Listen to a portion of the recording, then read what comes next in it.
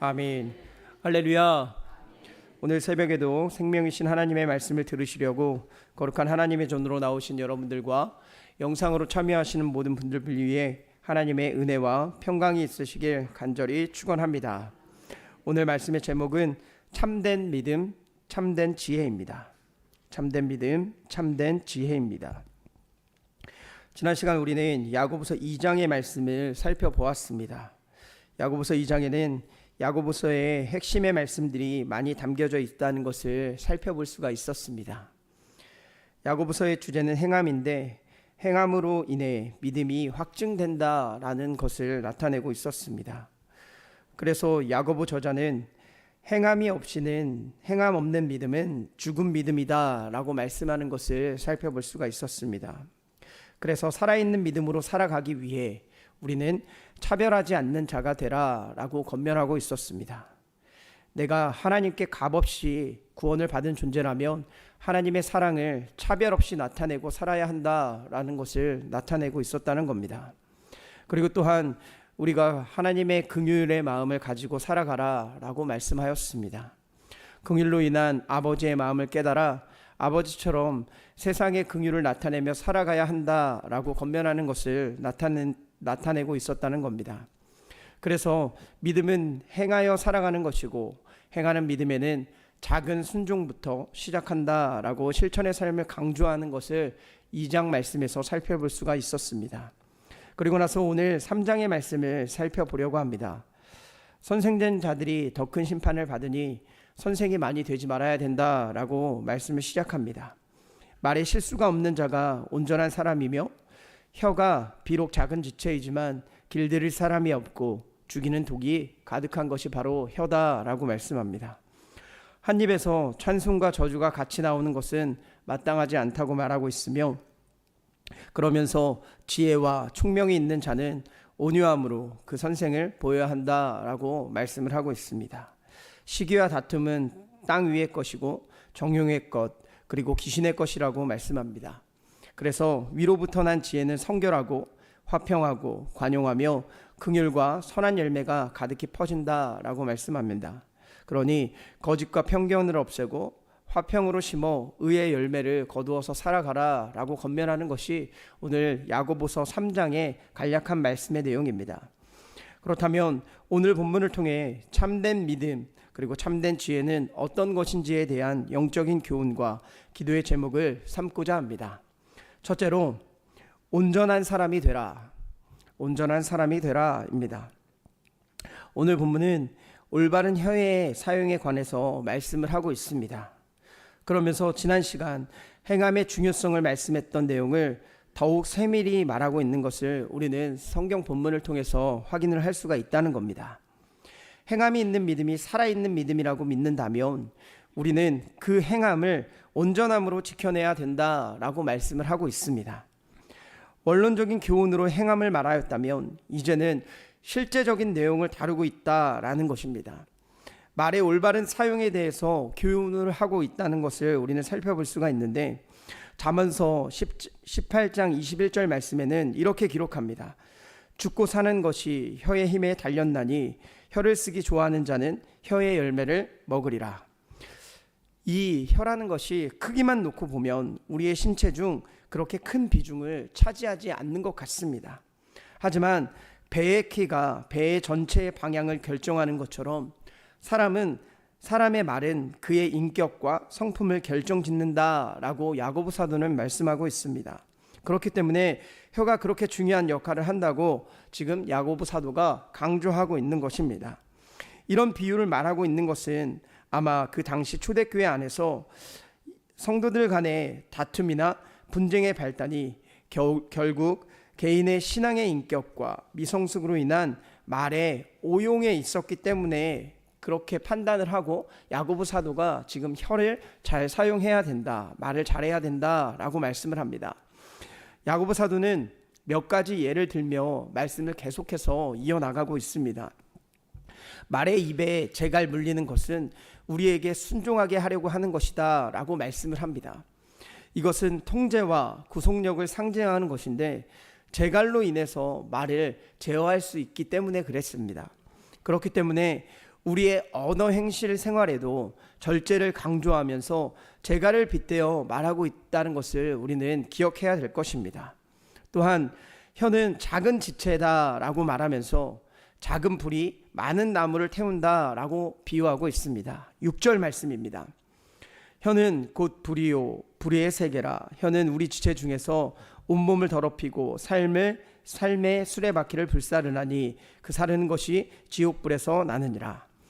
잘못 사용된 혀는 불과 같이 모든 것을 파괴하는 능력을 가지고 있다라고 말씀하고 있다는 것입니다. 아까 말씀드린 대로 말에는 권세가 있습니다. 죽고 사는 것도 이 말에 달려 있다고 말할 정도입니다. 그렇기 때문에 우리가 인격을 파괴할 수 있는 매우 위험스러운 혀, 이 말을 조심해야 된다라고 야고보 사도는 강조하고 있다는 겁니다. 다른 것에 비해 작은 것 같지만 그 영향력이 매우 큰 것이 우리의 혀이고 말이다라고 말씀하고 있다는 겁니다. 그렇기 때문에 말이 이렇게 중요하고 우리의 혀를 그렇기 때문에 절제해야 되겠다라고 말씀합니다. 그러면서 1절과 2절을 통해서 이렇게 말씀합니다. 온전한 사람이 되어야 된다라고 말씀합니다. 1절 말씀입니다. 내 형제들아 너희는 선생된 우리가 더 큰 심판을 받을 줄 알고 선생이 많이 되지 말라. 2절 우리가 다 실수가 많으니 만일 말에 실수가 없는 자라면 곧 온전한 사람이라 능히 온몸도 굴레 씌우리라. 야고보 사도는 믿음과 행위의 문제에서 자기 신앙에 대해서 자만하고 자신의 기준으로 형제를 판단하려는 신앙인들에게 권면하고 있습니다.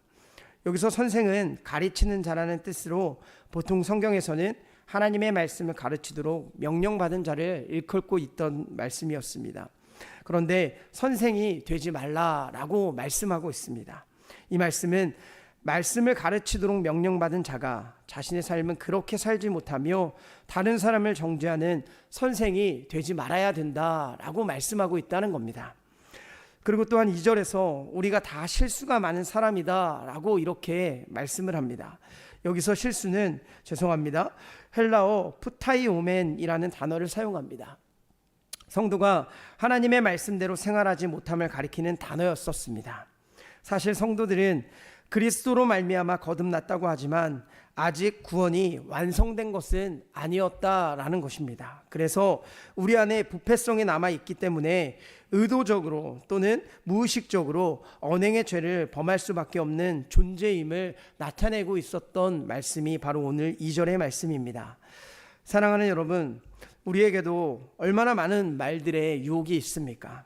말을 통해 실족하는 사람도 실족을 시키는 사람도 여기에 있을지 모르겠습니다. 그러나 오늘 본문은 온전함을 이루라고 말씀하고 있습니다.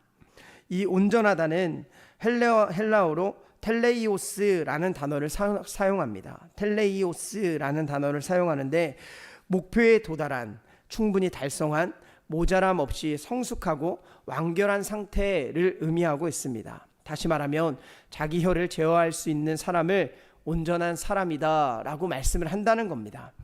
성경은 하나님을 온전하신 분으로 묘사하며 인간에게도 너희도 온전하다 라고 권면합니다. 이는 완전 무결함이 아니라 하나님처럼 성숙하고 바른 삶을 살아가라는 의미였었습니다. 그렇기 때문에 우리는 성숙한 신앙인이 되어야 될 것입니다. 온전하다는 말은 단순한 흠없는 상태가 아니라 신앙이 자라나고 성숙해지는 과정을 뜻하고 있다는 것입니다. 어린아이 같은 신앙에서 장성한 신앙으로 성장하는 것이 신앙에서는 중요하다고 말씀하고 있는 것입니다. 오늘을 살아가며 우리의 말을 제어할 수 있으며 또한 하나님께 온전한 신앙으로 살아가실 수 있는 사랑하는 광림의 권속들이 되시길 간절히 축원합니다. 둘째로 마땅한 말을 하라입니다. 마땅한 말을 하라. 시위를 떠난 화살은 되돌아올 수가 없습니다. 그것처럼 우리의 입을 떠난 말은 돌이킬 수 없다라는 것입니다. 그래서 우리는 말을 하기 전에 한 번 더 생각하고 그 말이 내가 정말 의도한 것인지, 내가 원하는 결과를 가져올 것인지를 숙고하는 신앙인들이 되셔야 될 것입니다. 우리는 말로 많은 것들을 할 수 있다는 것을 깨닫게 됩니다. 낙심하고 절망하는 사람을 위로하고 상처를 치유할 수 있는 것이 바로 말입니다. 우리는 말로 하나님께 기도하며 하나님을 찬양을 하기도 합니다. 또한 복음을 전하는 것도 우리의 말을 통해서, 행동을 통해서 할 수 있게 됩니다. 오늘 야고보 사도는 이렇게 말씀하고 있습니다. 9절 말씀입니다. 이것으로 우리가 주 아버지를 찬송하고 또 이것으로 하나님의 형상대로 지음받은 사람을 저주하나니. 야고보 사도는 먼저 긍정적인 면에서 성도들이 혀로 하나님을 찬양할 수 있다라는 것을 언급하고 있습니다. 이는 성도로서 당연히 해야 할 일입니다. 그래서 시편 51편 15절 말씀에 이렇게 기록을 합니다. 주여 내 입술을 열어주소서. 내 입이 주를 찬송하여 전파하리이다. 또한 시편 147편 1절 말씀은 이렇게 기록합니다. 할렐루야, 우리 하나님을 찬양하는 일이 선함이요 찬송하는 일이 아름답고 마땅하도다. 이렇게 찬송, 하나님을 높여드리고 영광 돌리는 것은 말로써 하는 마땅한 의무다라는 것을 나타내고 있다는 겁니다. 그런데 그 뒤에 또 이것으로 하나님의 형상대로 지음받은 사람을 저주하나니라는 말씀을 야고보 사도는 말씀합니다. 아주 이면적인 말씀입니다. 돌아서면 저주의 말을 하고 있다라고 말씀을 하고 있는 겁니다. 이것은 마땅하지 않은 일이다라고 야고보 사도는 말씀하고 있습니다. 왜냐하면 인간은 하나님의 형상을 소유한 존재이기 때문에 그렇습니다. 창조하신 분이 하나님이시라는 것을 나타내고 있는 것인데, 그렇기 때문에 하나님의 형상으로 지음받은 인간을 저주하는 것, 이것이 곧 하나님을 저주하는 것과 같은 맥락에서 야고보 사도는 지금 오늘의 말씀을 권면하고 있다는 겁니다. 그래서 야고보 사도는 10절에서 이렇게 말씀합니다. 한 입에서 찬송과 저주가 나오는도다. 내 형제들아, 이것이 마땅하지 아니하니라. 예수님께서도 마태복음 12장 36절에서 37절 말씀에 이렇게 말씀하셨습니다. 내가 너희에게 이르노니 사람이 무슨 무익한 말을 하든지 심판날에 이에 대하여 신문을 받으리니 내 말로 의롭다함을 받고 내 말로 정죄함을 받으리라. 한 입으로 찬양하고 저주하는 일을 절대로 하지 말아라 라고 말씀한다는 겁니다. 두 가지를 겸할 수 없다는 겁니다. 그러면서 야고보 사도는 11절과 12절에서 단물과 쓴물이 한 샘에서 나올 수 없다 하고 짠물이 단물을 내지 못한다 라고 또한 말씀하고 있습니다. 그렇습니다. 우리가 얼마나 위선적인 모습으로 살아가고 있는지를 아주 잘 적절히 야고보 사도가 나타내고 있었습니다. 바리새인들만 죄를 지었던 것이 아닙니다. 성경에서 나오는 악한 사람들만 그 죄를 짓고 살아갔다는 것이 아니라는 겁니다. 하나님을 오늘도 우리를 돌아보라 말씀하고 계신다는 말씀입니다. 사랑하는 여러분, 말은 하나님께서 인간에게만 주신 특별한 선물이라는 것을 꼭 기억하시길 바랍니다. 그렇다면 우리는 이 언어 사용에 있어 하나님의 기준에 합당하고 하나님이 기뻐하시는 말을 해야 할 것입니다. 마땅한 말을 하라는 야고보 사도의 권면이었습니다. 그런데 그 말이라는 것이 제어하기가 너무나 어렵습니다. 그래서 우리는 항상 애써 성령의 충만함을 간구해야 할 것입니다. 말을 할 때 꼭 예수님을 알면 어떻게 말씀하셨을까를 생각하고 말을 해야 된다는 것입니다. 마땅한 말을, 사람을 살리는 능력이 있다는 것을 꼭 기억하시길 바랍니다. 지금 우리는 10월 전도의 달을 지나가고 있습니다. 하나님께서 우리에게 주신 최고의 선물인 언어를 통해서 복음을 전달하는 사랑하는 주님의 자녀들이 되시길 바랍니다. 악한 말, 아프게 하는 말은 다 십자가 앞에 내려놓고 하나님이 기뻐하신 말을 통해 천국을 이 땅 가운데에서 일어나가시는 사랑하는 광림의 권속들이 되시길 간절히 축원합니다. 끝으로 행함으로 참된 지혜를 보여라입니다. 야고보 사도는 말에 대한 권면을 마치고 지혜에 관해서 말씀을 이어나가고 있습니다. 우리는 살아가면서 지혜롭게 살아가기를 원합니다. 책을 많이 보고 공부를 많이 하면서 지식을 쌓을 수는 있을 것입니다. 하지만 참된 지혜를 얻는 것은 또 다른 차원의 문제라는 것을 꼭 기억하셨으면 좋겠습니다. 본문에 나오는 사람들은 자신들이 지혜와 총명을 가지고 있다고 하며 사람들 앞에서 자랑하면서 하나님의 말씀에 대한 어떤 비법이 있는 것처럼 말씀하고 있다라는 것을 느끼게 됩니다. 그래서 야고보 사도는 이들을 향해서 참된 지혜와 총명이라면 선행을 통해 행함으로 증명해 보이라 라고 요구하고 있습니다. 13절 말씀입니다. 너희 중에 지혜와 총명이 있는 자가 누구냐? 그는 선행으로 말미암아 지혜의 온유함으로 그 행함을 보일지니라. 참된 지혜는 실천적인 삶의 방식을 동반하고 있다라고 지금 야고보 사도는 말씀하고 있는 겁니다. 야고보 사도는 두 가지 종류의 지혜에 대해서 말씀하고 있습니다. 우선 그 안에 독한 시기와 다툼이 있는 지혜를 세상적이고 정욕적이고 마귀적인 지혜라고 말씀하고 있습니다. 이런 지혜를 가진 사람은 늘 자랑을 하며 진리를 거스러 거짓을 일삼는 자다라고 말하고 있습니다. 그리고 다른 사람을 시기하고 남들과 다투는 자가 바로 이 세상적인 지혜를 가진 사람이다라고 말씀을 합니다. 그리고 다른 하나는 하나님이 주시는 하늘에 속한 참된 지혜를 가진 자다라고 말씀합니다. 세상에 속한 거짓 지혜와는 결이 다른 내용입니다.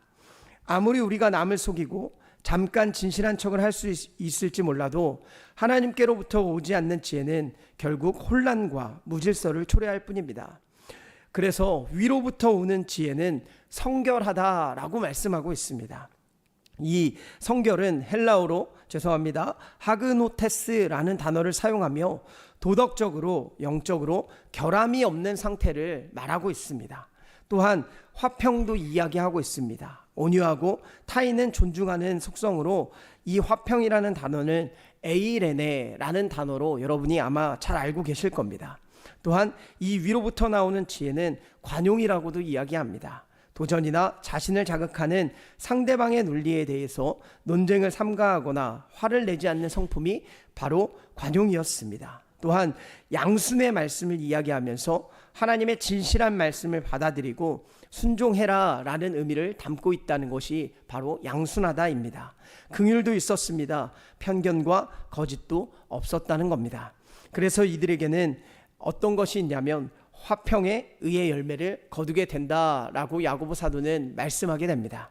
사랑하는 여러분, 땅에 내려온 지혜, 땅에 속해 있는 말은 우리를 악한 곳으로 인도하게 되어 있습니다. 그것들을 가지고 사람과 세상 속에서 살아간다면 우리는 마지막에 보았던 하나님의 속성인 성결, 화평, 긍휼, 양선, 양순, 관용하는 자로 살아갈 수가 없게 됨을 기억하시길 바랍니다. 그래서 참된 믿음은 하나님이 주신 최고의 선물을 가지고 세상에 바른 것을 전할 수 있는 하나님의 자녀들이 되어야 된다라고 말씀하는 것이며, 참된 믿음, 참된 지혜는 오로지 하나님께로부터 나오는 것이기 때문에 하나님과 친밀한 교제를 통해 얻을 수 있다는 것을 꼭 마음판 가운데 새기시길 바랍니다. 하나님께서는 우리가 참되게 바르게 올바른 믿음으로 살아가기를 원하시는 분입니다. 그렇기 때문에 오늘을 살아가시며 주님의 마음을 기억하며 참된 하나님의 백성으로 살아가시는 사랑하는 광림의 건속들이 되시길 간절히 축원합니다. 기도하겠습니다. 사랑과 은혜가 풍성하신 하나님, 오늘도 하나님의 거룩한 제단으로 올라와 하나님의 말씀을 듣게 하여 주시며 또한 말씀으로 영적인 깨달음을 주심에 감사와 영광을 올려드립니다. 하나님께서는 우리에게 참된 믿음과 참된 지혜를 가지고 하나님의 온전한 사람으로 살아가라고 말씀을 하십니다. 그렇게 하기 위하여 우리 안에 있는 우리 안에서 나오는 말씀을, 그리고 말과 혀를 제어할 수 있는 사람이 될 수 있도록 인도하여 주시며, 오늘을 살아가며 하나님의 성품에 맞게 마땅한 말을 하며 살아갈 수 있는 귀한 믿음의 자녀가 될 수 있도록 인도하여 주시옵소서. 행함으로 참된 지혜를 살아가는 실천적인 우리들이 되기를 원합니다. 주님께서 주시는 관용, 또한 온유, 그리고 양선, 그리고 하나님의 진실한 말씀을 받아들이는 순종함을 가지고 긍휼의 마음을 가지고 세상을 살아갈 수 있는 우리들이 될 수 있도록 인도하여 주시옵소서. 오늘 주님께서 베풀어 주신 은혜와 사랑을 기억하며 마음과 정성을 다해 예물을 드린 손길들이 있습니다.